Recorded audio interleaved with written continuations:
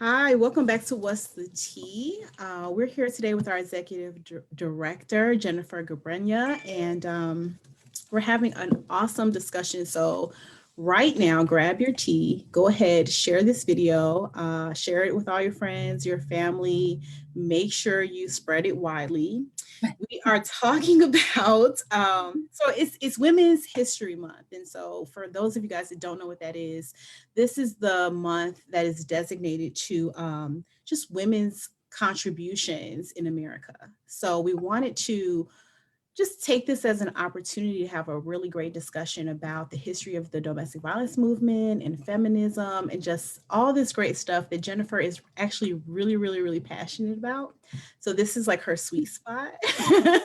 So I'm actually excited that I get to be the one to interview her because I know this is about to be a dynamic conversation. Oh, So you're setting up expectations. it's gonna be so amazing. So yeah, you guys go ahead and share this. And I'm trying to share it on are my you phone sharing, for Jennifer? everyone. I am trying to, and I have to change out of being our Facebook page's Yeah, administrator in order for into me to be yours. able to share it. So Yeah, that's always a tricky there we part. go. I got it. Yeah. That's always a tricky part. Okay. So, Jennifer, why don't you go ahead and just introduce yourself? I know you've done this a million times. Yeah, but you never know who's watching. So my name is Jennifer. I'm the executive director here at South Suburban Family Shelter. I have been doing anti-violence work forever. So since I was probably, I always say I've been, I always say that I have my whole life's worth of experience of DV work because I grew up in a family with domestic violence, but my formal work experience started when I was in college in actually doing sexual assault activism on college campuses. So I was probably 2019, Okay. something like Wow. that, maybe. Maybe. I just found a Wow. bunch of t-shirts the other night that I finally let go of from like the first, take back the nights that we were Yes, take back doing the and the student night. organization that we Oh, started and all of that adorable fun stuff. that is awesome. That is awesome. You got rid of it though. You decided to depart with I it. took pictures of it to preserve the memory, but I blessed and released. So yeah. Yeah, that takes a lot. So I applaud you. That takes a lot. Okay. And so let me ask this just one more background question. Having grown up in a family where you did witness some domestic violence, what made you like make that leap? Is that what made you very passionate and say, okay, I want to go into this and make this my life's work? Or like what was the moment or the thing that It was completely accidental. okay, okay, wow.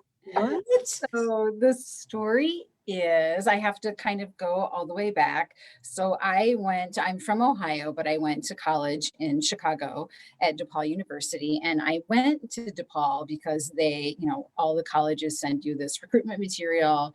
And I went to college initially for accounting. Oh wow. So Wow. they have an excellent business school and specifically an accounting program.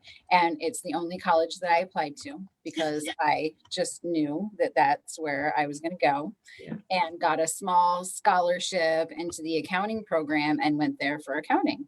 Mhm. And at DePaul, it's liberal arts college. You have to do your electives and you have to pick certain things. So Mhm. I had to take some religion courses. We had to take 2 religion courses. Mhm. And one of the religion courses that I took after the generalized one was women in religion.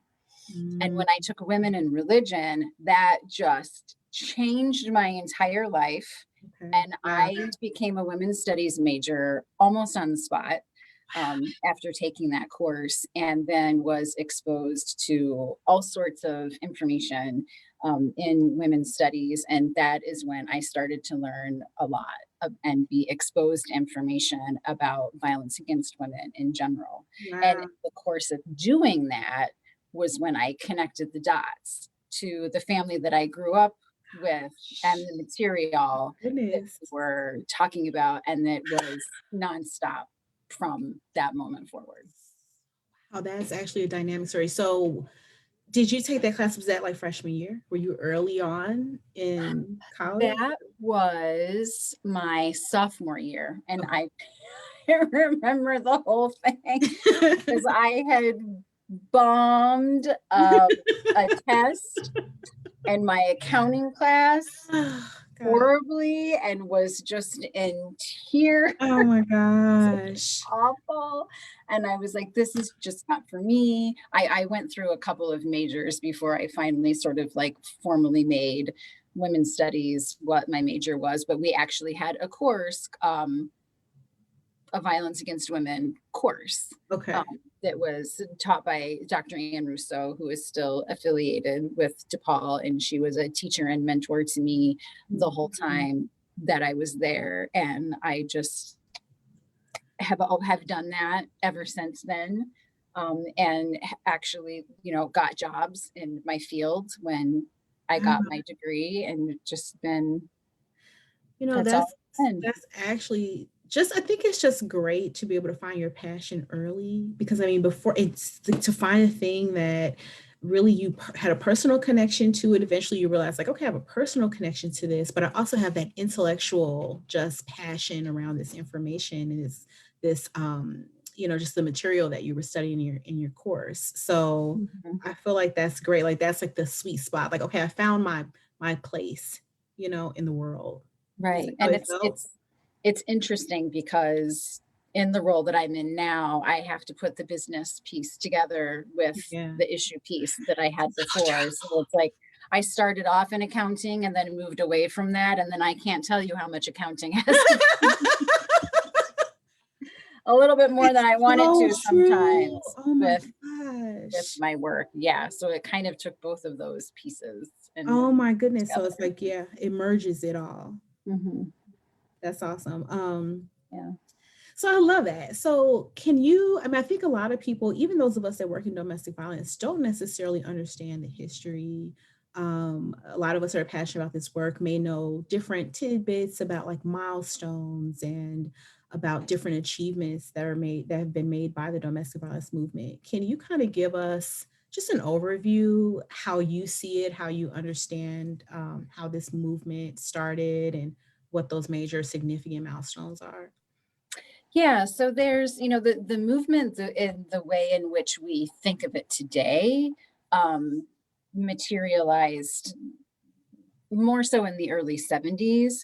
I will say that if you delve into history, you'll find that there's lots of different places going way, way back where people Yeah. have made interventions into homes or families where they've seen harm done, and people have done different things. But the way that we think of the movement Yeah. today, you see some of the earliest domestic violence agencies or shelters and the way that we currently envision them propping up in the early 70s. Okay. And I have seen different sources will say, this was the first one or this was the first ones, but they all Mhm. seem to be, in Around that the sort of same time, early yeah. 70s kind of time frame, with this idea of wanting people to be able to have safety, Mhm. because that was a piece that wasn't available. Mhm. Folks were seeing that there wasn't a way for people to achieve safety or any kind of accountability. So Yeah. you see a lot of places started with just hotlines that may have often been in somebody's house, Yeah. somebody's basement.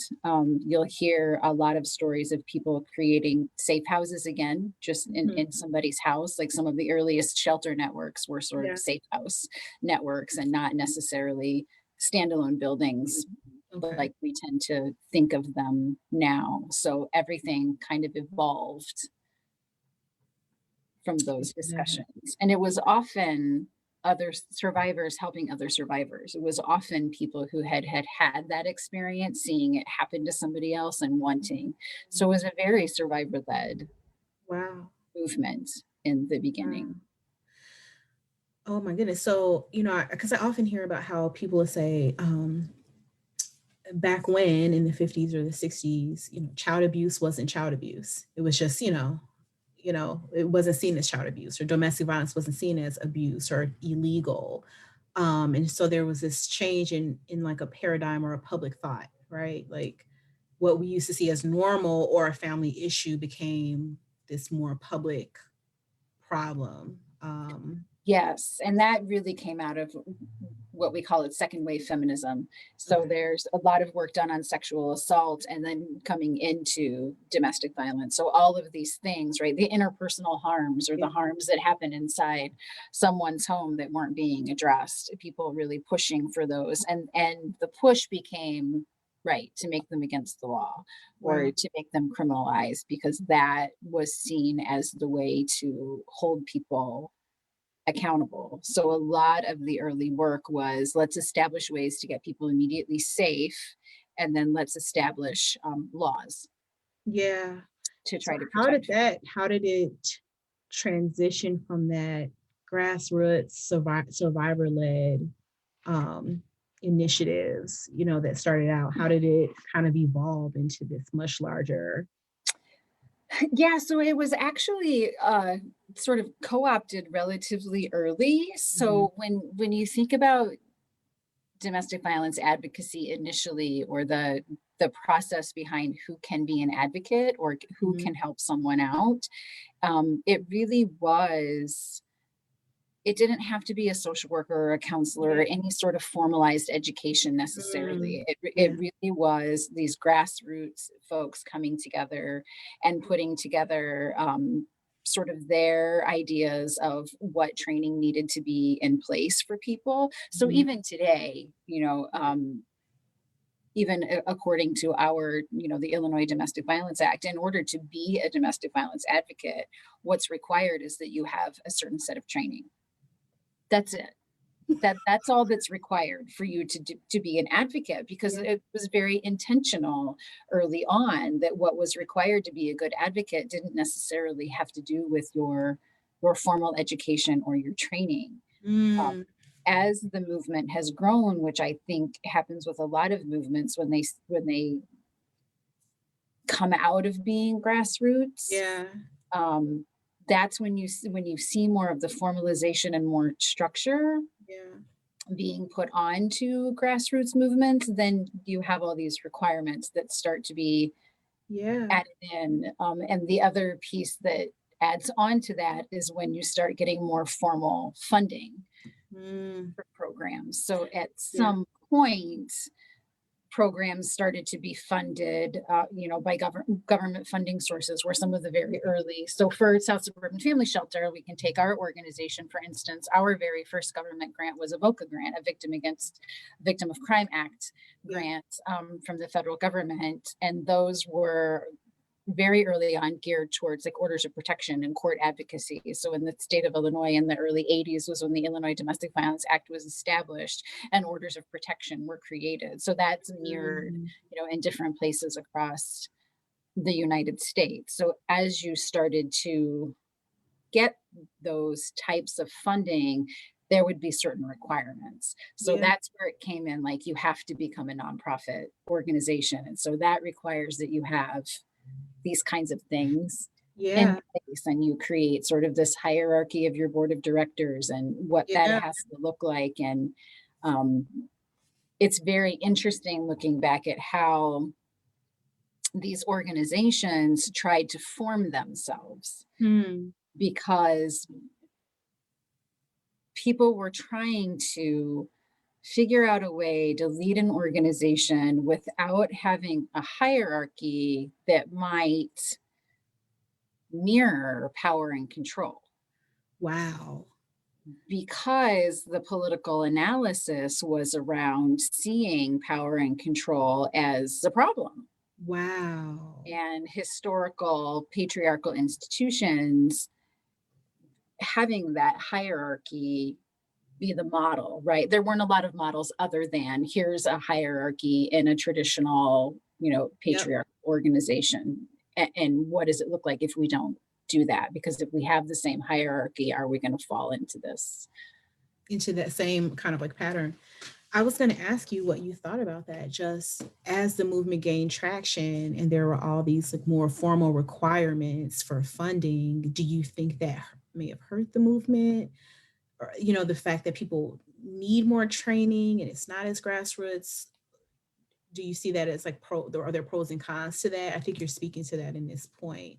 Yes, there's definitely pros and cons to that Yeah. because, as a person who believes very strongly in everything that we've learned about trauma and, what one might need to be prepared for in working with folks, I see a need and a place Yeah. for the clinicians that we employ. True. But on Yeah. the other hand, I also see a need and a place for people who don't necessarily have that formalized education, Yeah. that they too can also be helpful. Have a So place. Yeah. what I see, what happened is that that piece got forgotten. There Yeah. is a place for folks that don't have all this kind of formalized education. And Education. Yeah. sometimes when we put that structure around it, we like to compartmentalize things as Yeah. us humans, folks. We like to put things in boxes. And so, here's who you go to for that, and you can't go to anyone else. So That's it's so sort of, true. and it doesn't work for everyone. Yeah. Um, Particularly, it doesn't work for the people who never make it to our agencies Yeah. because that happens. Not everyone figures out how to get to a formalized organization. Not everyone feels comfortable Yeah. accessing formal services. So Yeah. those folks, then what's there? For What's there them for to reach them? out to. Yeah. And then it marginalizes communities that historically have lesser access to formalized education because it costs money. True. That's so true. Jennifer, I'm afraid that my laptop might die. Just give me 1 minute to plug it in. I don't want that to happen. LaSandra's going off video, everyone, so that she plug in her laptop a little bit. So I don't imagine that there's any questions yet, but I'm going to ask Zach to check just so that we can give LaSandra a second to get settled. Okay, no, that's great. I'm so sorry. I'm like, oh my God, it's not plugged in. Okay. Zach, were there any questions yet? We don't have any questions yet. We have like 7 comments, so people are definitely All right. following along. Okay. So, okay, there's so many great things to unpack about like what you've been saying. So, are we still on the right view, Zach? Yes, looking good. Okay. I feel as though at South Suburban Family Shelter, I feel like we're a great example of an organization that has opportunities for all different kinds of people to be advocates, because we have clinicians, but then we also have other people that come in and do the 40-hour, but may not have extensive formal education in DV work. Do you see it that way? Like we're providing these opportunities for a diverse community of people to work together, right? Yes, that certainly is my hope. I hope everyone here feels that way, Yeah. because everyone has, in DV work in general, everyone has a different role. And Yeah. in the agency, largely I see that everyone has a different role and all the roles are important Yeah. for it. And Yeah. so, your clinicians have a specific role, but in order for anybody to even get to a clinician, all of these other things have to happen first. Yeah. And people have to feel supported in a certain kind of way in order for them to say, okay, now I'm gonna go to this person and have this other kind of maybe more in-depth support, because going to therapy is really hard Yeah. to do. And we have some folks that just might not ever be the way that they choose to get their support. So it's vital to have people that are able to provide that support in other ways. I think that's so true. And I think that it's also the fact that the case that in some cultures going to therapy is very taboo. So Yes, that's an excellent point to bring up because it's really about meeting people where they're at, wherever that is, and for whatever reason that is. yeah. We don't judge anyone for why they're choosing to get their support in whatever way it is. And I think that's why it's so important and fabulous that this agency has grown up with so much community support, which I think is a piece that folks miss about South Suburban Family Shelter. We have a very large presence out in the community, and that's vitally important because people not everyone wants to go to a place, they may feel a lot of shame, or they may come from a culture that says you don't go outside of your community Yeah. to get the support. So us being within the community is an important way for them to be able to get what they need and still be comfortable in That doing is so so. good. That's so true because it's embedded in the community. It's like, it's embedded in the community. And I think the collaborations that our organization has with other partners and other schools, churches, organizations also keeps that present. It keeps it familiar, right? And kind of comfortable. Yes, and I think that that's a piece. That is a lesson, kind of going back to the history, that is a lesson that we've had to learn as a movement, Okay. because a couple of things happen. So when you have people going to shelter, many times that shelter isn't necessarily in their community. So they're having to leave a place of comfort and a place that is known to them and Yeah. go somewhere else to get safety. Yeah. Sometimes they choose to do that because they feel like it's so unsafe in their community that they have to do that. But sometimes that isn't something they really want Yeah. to be able to do. But they are the ones that most likely end up being uprooted and taken out of Mm-hmm. their support system There. and Yeah. somewhere else. And then the other piece, in with the goal of providing accountability. And at the time, the thought of accountability, I would say by the mainstream white feminism that was kind of moving things along for the most part, was law enforcement and criminalization. And that doesn't work for all communities. It Yeah. didn't work for all communities back then. Mm. And communities of color tried to say that and weren't Yeah. heard. Yeah. And it doesn't, we know that it still continues to not work for all communities. Yeah. And the entire time that I've been doing this work, I have been very aware and always been saying to people, not everybody wants to call the police. Wow. Yeah. They don't. People want some other ways to be helped and to be Mhm. served, and other ideas of accountability, or that's they don't want the person that they've been in the relationship. They don't want um, jail or something criminal to happen to that person. They just want the harm to stop. So I feel like we've always in the domestic violence community been trying to find Yeah. other ways Yeah. to work with this issue that has been outside of the criminal justice and the law enforcement frame.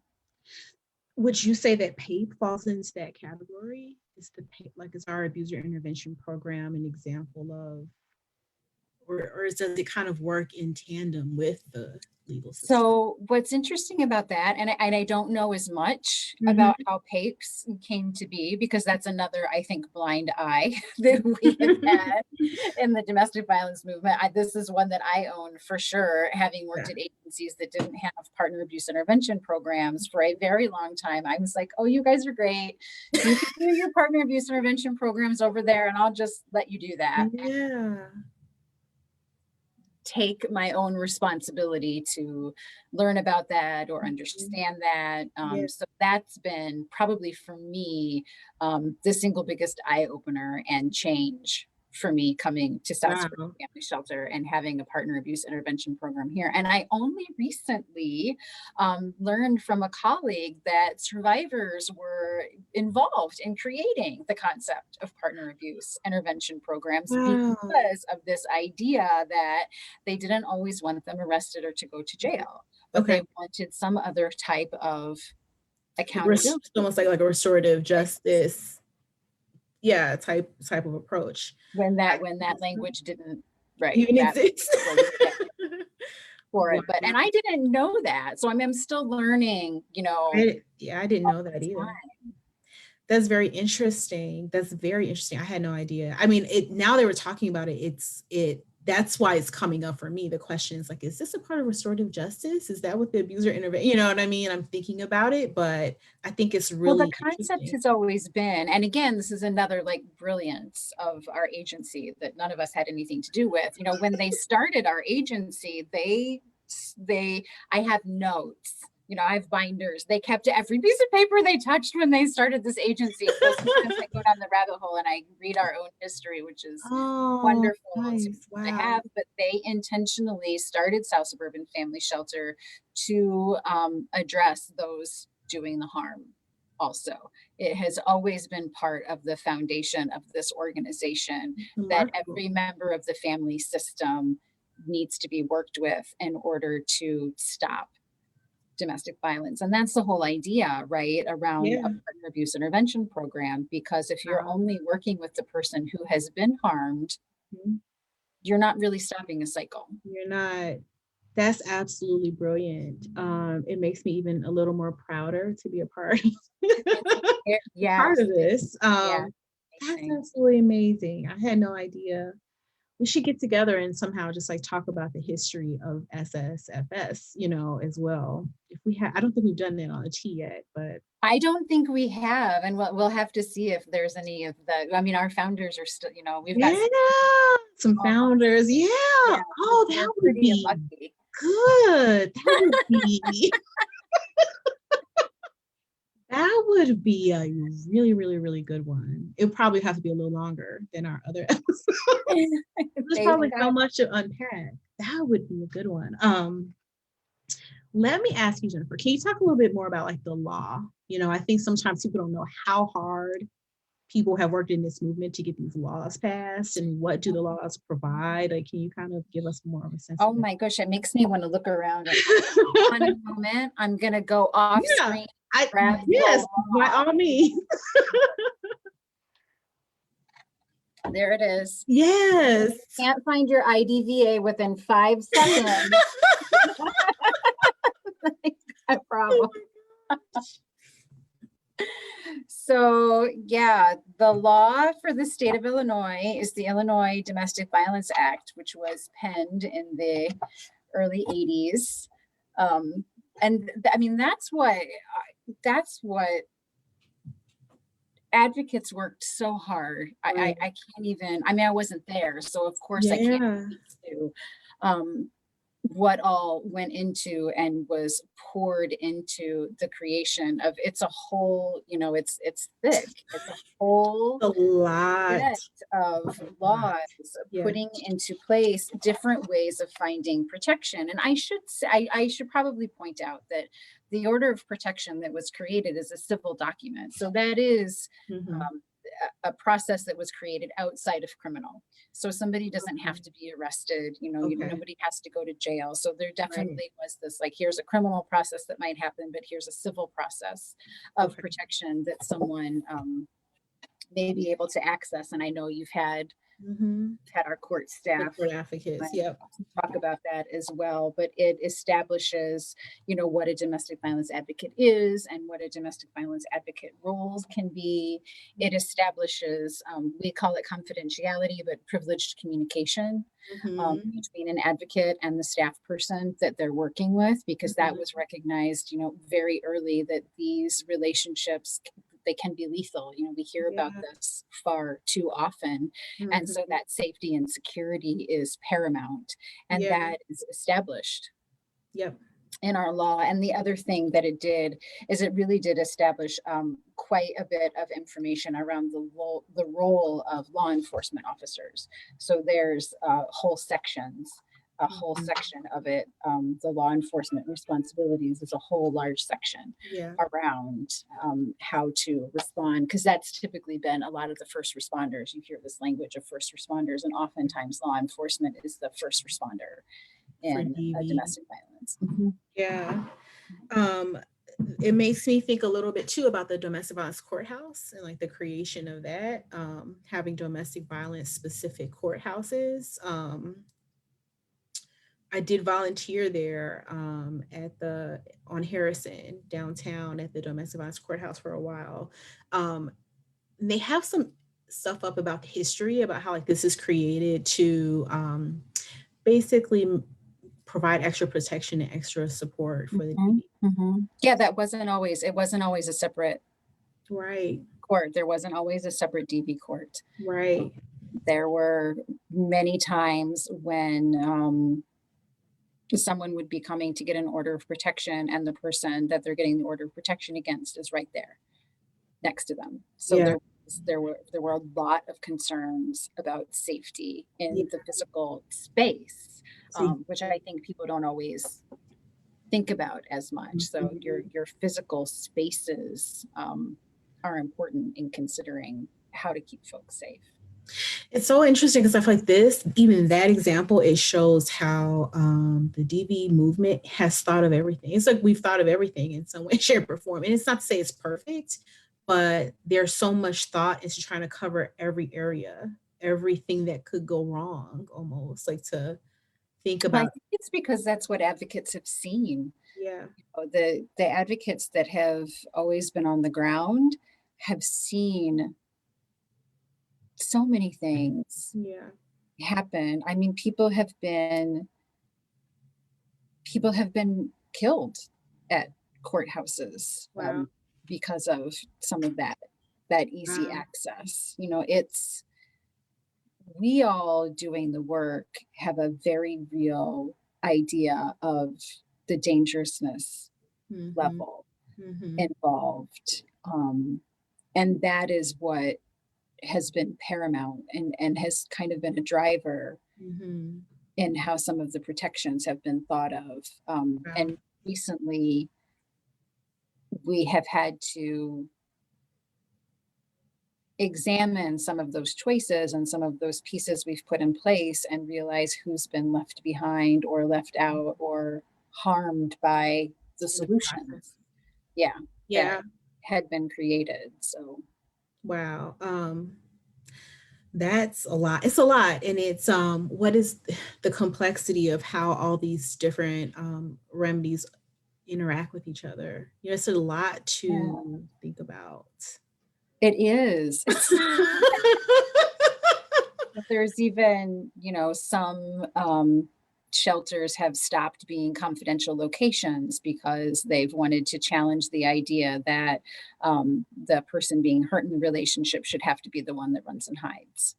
Um, Oh my goodness. and Wow. highlighting that they are a community service and a member of the community, just like any other social service nonprofit organization would Wow. function. So they've chosen to be public locations, where Wow. and that offers a different kind of protection because then everyone does know who you are and they do know where you're at. And Wow. So I'm sure there's pros and cons to that as well, I would imagine. Right. So yeah, yeah, yeah. yeah. So it feels like just in talking to you about it, it feels like there's no one right way almost to do it because There it's isn't, because all communities are different. I mean, we different. always say that when we work with individuals, every individual is different and Yeah. their needs and their situation. We have generalizations that we use when Mhm. we talk about Mhm. abusive relationships, but they are different Yeah. with every person, and every community is different in terms of what works within Yeah. that community. And I think the problem is when we try to take a model and just plop it down somewhere and Yep. don't involve the community members, don't involve the participants in the services and thinking Mm. through how things need to look and be. That's kind of where we get in trouble. And I think that's where going back to the funding ideas, Mhm. it's easier to Mhm. put things in a structure when you create a funding source. But when Mm. it goes down into the community level, it just doesn't always work. So it's almost like that top down approach with this has a lot of different negative consequences because you have to really understand the people that it's impacting. Um, that's And amazing. I think Yeah. what I see that has happened is that the survivor voice and the participant voice has more and more gotten left out Mm. of how programming is created because there are so many frames already existing from the funding sources, or Mhm. I get the intention between, like, here, let's create a best practice, but Yeah. Yeah. It's like not a one size fit all. it's not a one. That that brings me to a question I was going to ask you about the trauma informed, this idea of trauma informed, right, care. when did that become a thing? How did that come? Yeah. And some people probably are going to tell you, people who've been doing this a lot longer than me are going to say trauma informed is just a different name for X, Y, and Z that we were doing 50 years ago. And I've been heard some things and I was like, well, isn't that just trauma informed care? You're calling it something different now, but it sounds Okay. the same to me. So we do seem to have these trends that Okay. Okay. that we go through. So you think it was always kind of there, but we've coined this term. We have, and Okay. we've coined it because we've learned more and more about trauma. So trauma, post-traumatic stress disorder is where it all sort of comes from. And post-traumatic stress disorder became a thing for war, Yeah. for military folks who were engaged in war and the experiences that they were having when they came home from war. And then it was realized that those same symptomologies existed in certain kinds of families where abuse was taking place. And I feel like there's always a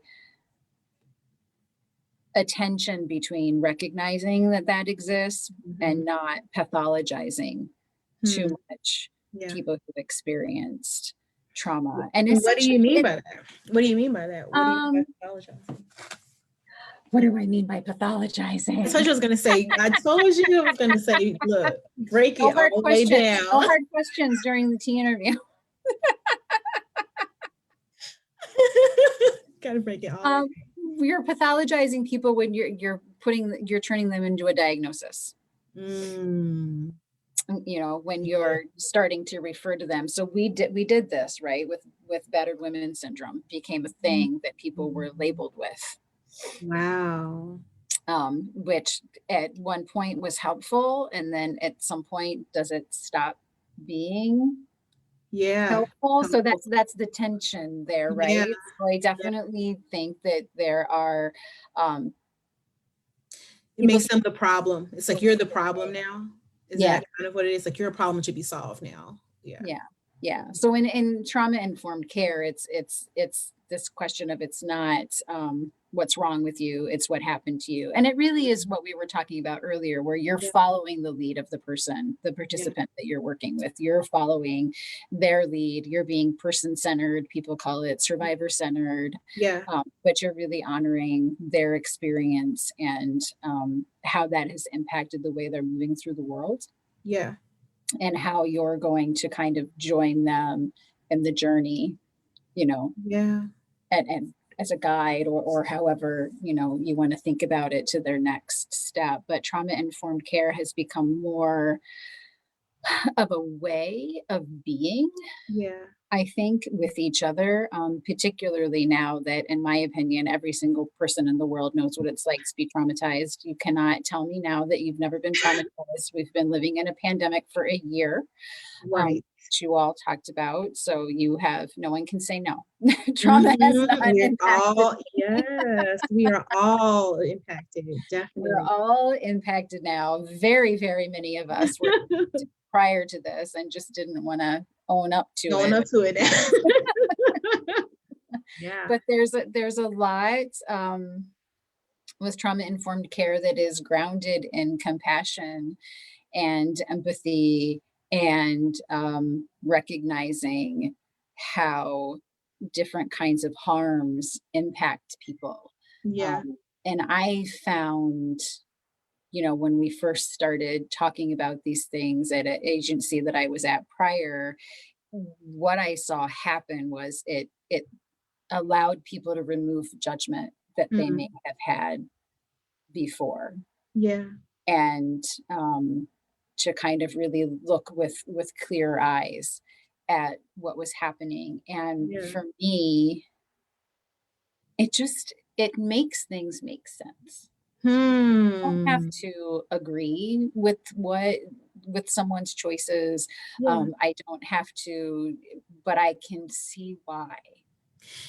This is powerful. It's kind of like, if I don't understand your context, you know, and I don't understand your why, you know, what's your context and what are all the different factors that brought you to this point, you're right. It's so easy for me to judge it. Like, why would anybody be doing this?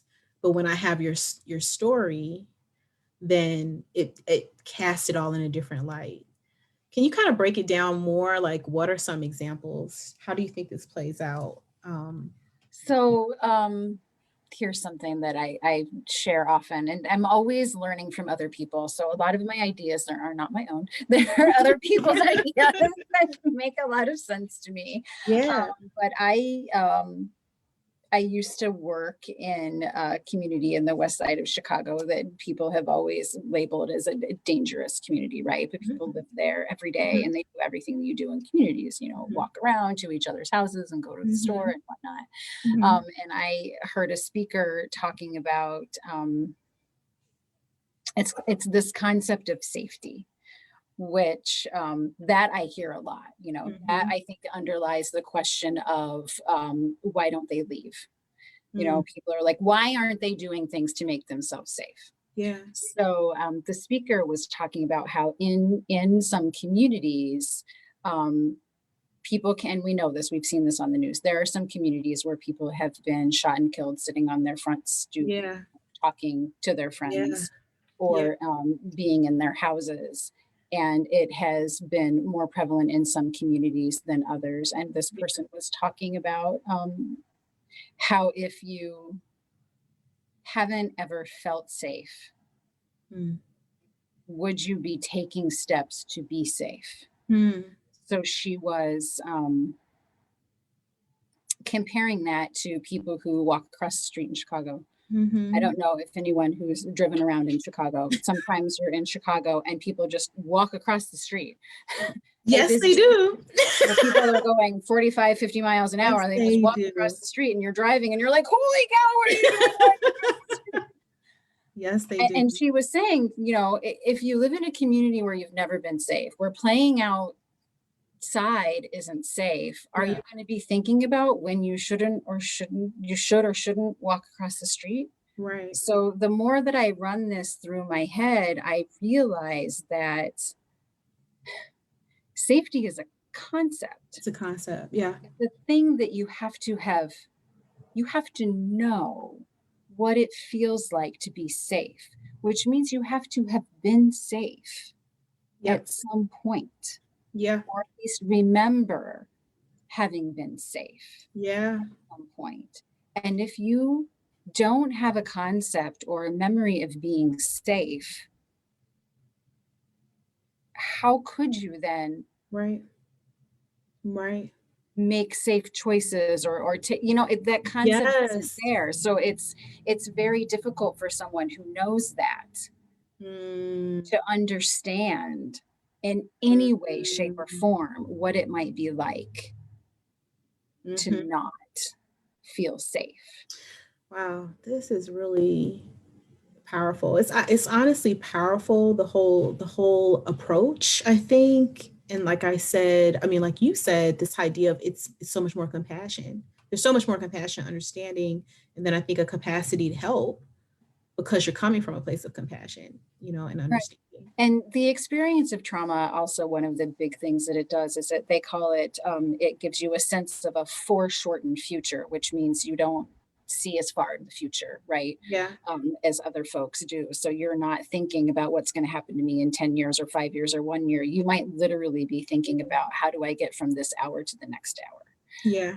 And so when you're doing that, again, that concept of it isn't, the big picture. Yeah. Yeah. It isn't this big picture. It isn't how am I going to, change my whole life out of this thing? It's like, how am I going to get from the morning to the afternoon? Okay. I got to the afternoon. How am I going to get to the evening? Or how am I going to get from this day to this day? It changes that kind of thing. So when I think, trauma-informed care is just a word or a phrase or something that, we can wrap our heads around a little bit. Yep. It's kind of like safety planning, it's stuff that we've done, we in the TV movement are fabulous at safety planning. We know how to have the conversation of, okay, you're in here, this, you're in here in the hospital with me. You've done this, LaSandra. Yes. How am I going to get you, or how are you going to get from here to the next place that you need to go? exactly. And you're not going any further than that. No, you shorten your time frame because we're in a crisis. So we just want to get you to safety. Period. Yeah, trauma Yeah. feels that way. Trauma That's how it feels feels. like from crisis to crisis to crisis. So, and that's why, trying to think about the history, right? Still, our history started as crisis response. Mm, Was very much around crisis response, still with this idea of we want domestic violence to end, but mhm. the practical pieces that have been put in place and that have endured are crisis response Okay. Okay. pieces. So trying to make that jump into the prevention side of things, Yeah. how are we actually going to make this stop? Stop it. Yeah. Before it Has been a starts. little bit more difficult because then Yeah. you pull the funding back in, and the funding is very heavily tied to the crisis response, the intervention. Okay. Is it? There's more funding toward the intervention. Okay. Oh yeah. Okay. Interesting. Gosh. So that kind of pulls me into these other questions I have about just in terms of the movement. I wanted to ask you, what are the significant things that you feel like the most proud of, or do you feel like this part to me is the most significant? I think we're kind of touching that, but I think the concept that of every family being a safe family, mm, whatever that family looks like, mhm, but this absolute undeniable truth that everyone deserves to feel safe. yeah, that's so good. I think that it's evolving, what safety Mhm, looks like, yeah, having, and I'm excited to see where that can go and yeah, and where we can continue to move into what safety looks like. But that's a profound truth that I don't think anyone would mhm, refute at this stage. yeah, that's awesome. And it's interesting because on this side of it, in this moment in 2021, it feels almost like, okay, well, of course. But the reality is that wasn't always common thought. So that actually took work to get us to this. That's what's crazy about it. Like that took work just to get to that point. Wow. Um, where do you feel like we are now in the movement and kind of like what needs to happen from your perspective to get us to the next place? Yeah, so we're at an interesting place in the movement right now where sort of our national coalition and many state coalitions have recently signed on to actually to a letter or a notion of saying, hey, we made some mistakes, Yeah, yeah. Oops, well, like we didn't with the ones that listen. we've talked about here. Yeah. So we're in a time of reflection, Mm, of looking back and actually being able to say, here's where we've gone to, here are the amazing things we've done, but here are the pieces that we've missed or that yeah. we didn't get quite right that um, we need to redeem Mhm. ourselves on moving forward. And I think that I think that we're finally at a place where we're ready to put some really put some momentum and put some resources and really tackle this idea of prevention Yeah. and what it looks like to have people grow up and always know safety Yeah. in their relationships, them Yeah. being safe and acting in safe ways and having healthy relationships, because like I Yeah. said, I feel like that's been my side of the work ever since I've come into the Yeah. movement, and I keep raising that, hey, the stuff that I was doing 20 years ago are the same things that my prevention educators are still doing today. Yeah. And is that really how is that how it should go? And maybe it is, it's multi-generational work. So Yeah. maybe we do have to do it for a couple more generations Yeah. before we start to see To see a shift and like a greater it shift. Yeah. shifting. But I'm definitely hearing more of an emphasis, um, more of an emphasis on that, and more of a recognition, I would say, about the PAPE programs, about Yeah. partner abuse intervention programs, and how those programs do need more resources Mhm. to help move folks, Yeah. from having a norm of harming others to having a norm of not Yeah. others. It's interesting too, because I think even with the pay program, we can overlook the fact that these people, many of them were also victims of violence at some point, which is now a part of maybe why they're acting out, um, and now inflicting harm on other people. Um, Meaning like it's hard to give that person compassion if you don't realize that, right? If like you don't have any context for And it's their hard to give anyone compassion that's hurt other people. I feel yeah, like, it just is. It's yeah, very hard for it us as is. humans when we experience harm or we see other things. We, like I said, we compartmentalize. Yeah. So it's much easier for us. And I don't know if it's us as humans. I should say us here in the United States, because it Yeah. may very well be very much about the United States culture. So Maybe. Yeah. I should recognize that. And the more that I think about it, is it, a part of white supremacy culture that Mm, we mm, compartmentalize and then do away with what we don't like and we don't want to deal with. And what we that's a don't need. punishment culture. Yeah. And that's easier for us. That relates back to pulling in law enforcement and to the role that jails play and whatnot. And so it gets to be pretty complex because when people hurt Yeah. us, we just want them to go away. Yes. We're like, goodbye, arrest them. Yeah. Yeah, Or we're not going to have any and it's a really hard thing to think of asking. I mean, we know what has happened, and finding the ways to hold people appropriately accountable is important. And thinking of what change would look like. We seem to, I feel like, know what it takes to try to keep people safe and help support them through safety. We haven't learned what it's like, I think, to support people who've done harm mhm. and support them in a way where they're not doing that harm Yeah. anymore. It's really complex and it's hard because It's hard. It's a lot. I think I really like Brene Brown, and I was watching an interview with her.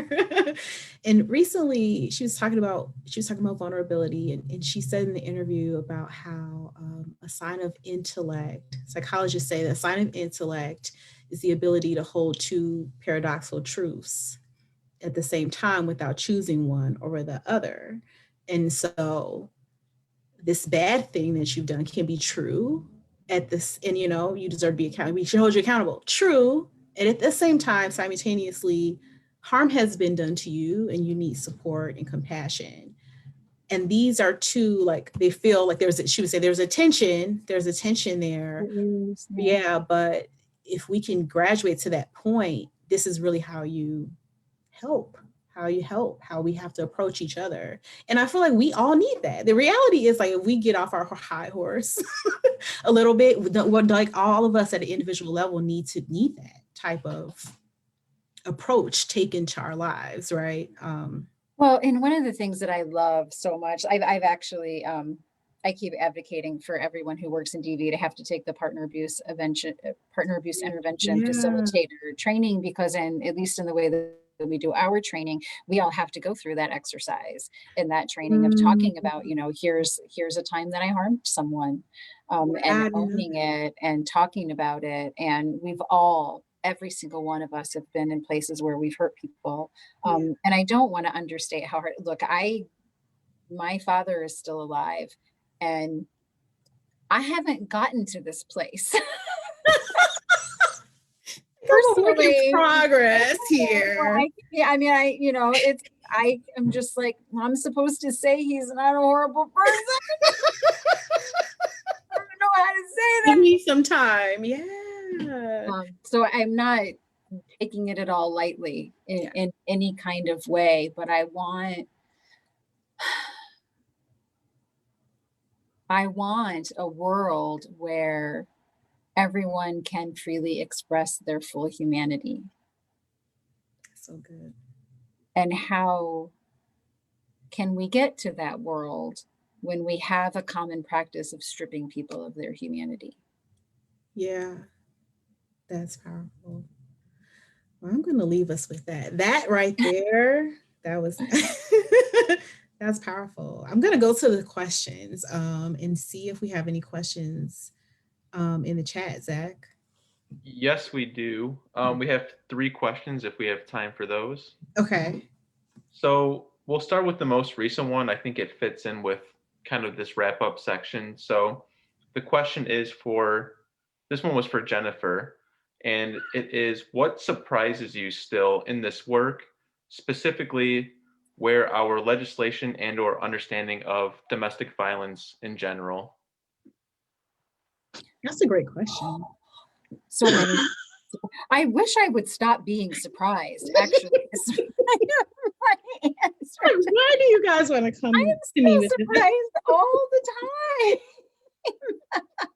I um I guess I'm surprised it's still at how much people don't know Yeah. about domestic violence. And I think that's, because I'm so steeped in it all Yeah. the time. I'm like, what do you mean you don't know this? Yeah. I'm very much surprised at how much it isn't sort of more common knowledge Common knowledge. um, Yeah. about abuse, how prevalent it is, and how it impacts people. Yeah. Surprising to me that still the common question is, why don't they leave? It's just like, haven't we been through this, so many times about, because it has been. I mean, there have been lots of news articles all over the place. There have been interviews with people that are very highly publicized and all over the internet, but it is a very, very difficult concept still for people to wrap their minds around. Yeah, it's interesting. I agree with you. I guess I still feel surprised too when I do a training or I'm somewhere and I realize like, oh, that you don't know what I'm talking about at all. And I often am shocked, like, oh, how? I Yeah, I wouldn't think have it's thought just this. because I've been doing it for so long. I don't know, I've said it so many times. Yeah, yeah. What was the other part of the question? Was there another part of the question, Zach, to that one? Was that two parts?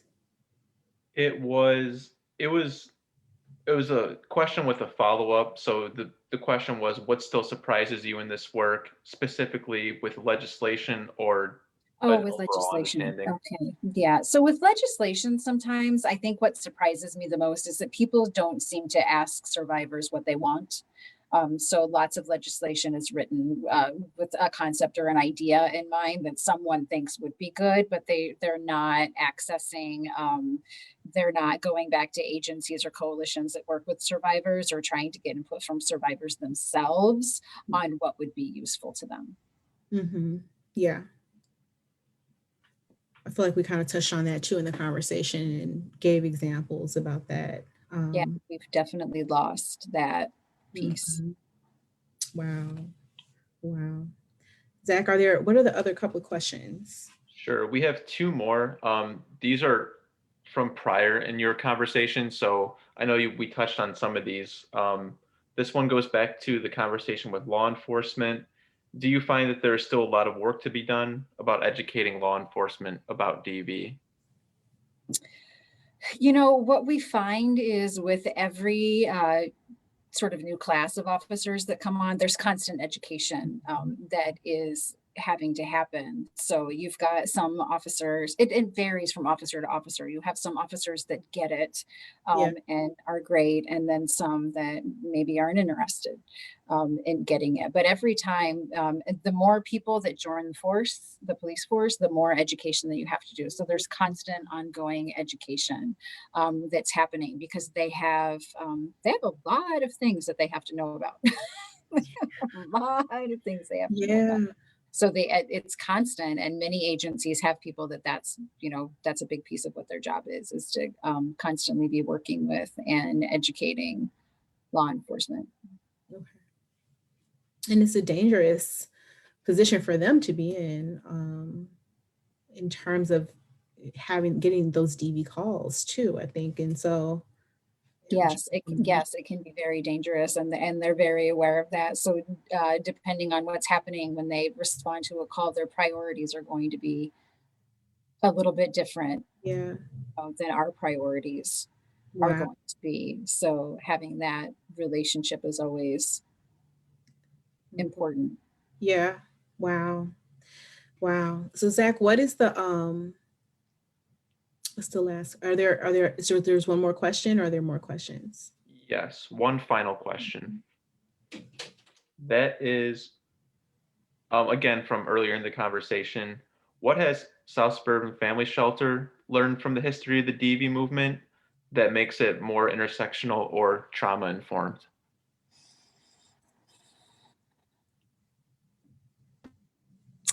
I think South Suburban Family Shelter has really done a nice job of our staff reflecting who we work with, which is really important. Um, it's been important throughout the age. I remember when I started at South Suburban Family Shelter and I was invited to the first all staff meeting, and I was like, oh my gosh, this is the most diverse room of any agency that I've ever been in before. And I think that that's important for us to continue to have that. Our agency has, every piece of the agency has folks that speak Spanish, because we're honoring people who, we want people who are coming to us to actually be able to access our services. So we've always done that.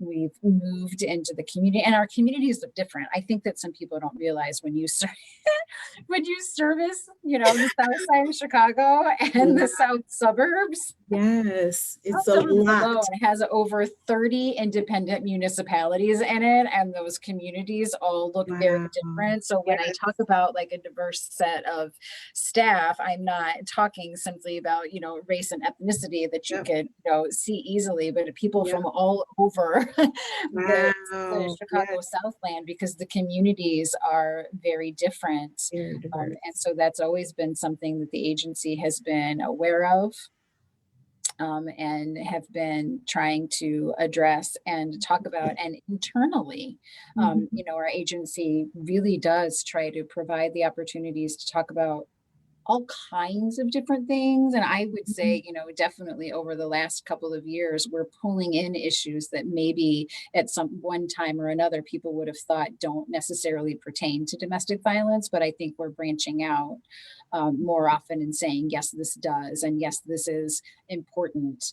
Yeah. To our issue, and we want to make sure that we're touching on it, being intersectional, looking at, mental health, substance abuse, looking at poverty, which I know Abby has been on and talked Yeah. about that a little bit. What happens in communities that don't have accesses to the resources that they need, housing and housing markets. There's so many different pieces that we're not being tunnel vision Yeah. about how we're approaching our work. Yeah. No, that's really great. I think that that's such a strength of South Suburban Family Shelter in general. Wow. Zach, are there any other questions in the chat? That was it. Thank you. Okay. Thank you. So Jennifer, I just wanted to ask you, did you have any other just final thoughts? This conversation was rich. And I mean, I think that you're a wealth of knowledge over this topic, and not just like a superficial knowledge, but like a depth of, introspection about how these dynamics play out and how the history impacts where we are, and just all of the different complexities, because like we said, it's a complex issue that's not easily addressed, and there's no simple one size fits all approach. No, So there's not. Well, I've always thought it's important to know where we're coming from, know where we've been, know where we're coming from, so that we can use that knowledge and use those lessons as we yeah, go forward. I feel like it's important to know all of that. yeah, no, absolutely. Did you have any other things you want to share? No, we're way over our time. We've I don't got even know what time it is. I was like, I'm afraid to look at the phone. Like, what time is it? Oh, goodness. But it doesn't matter. It's so good. in the chat if they need a part 2. You'll be back. Hopefully you'll be back on the tea. Oh my God. So Jennifer, I just want to say thank you so much for always like coming on the tea. It's so valuable for us to hear your voice. And I think for everyone to hear your voice through this platform of That Is What's the Tea via Facebook Live. So thank you so much. Thank you. It's always fun. Yes, it's always a pleasure to get a chance to talk to you. Okay, so Zach, thank you so much. And everyone, make sure you share this video. And we just want to thank you for watching. Be with us next Tuesday, same time, same place, different tea. Thanks, guys.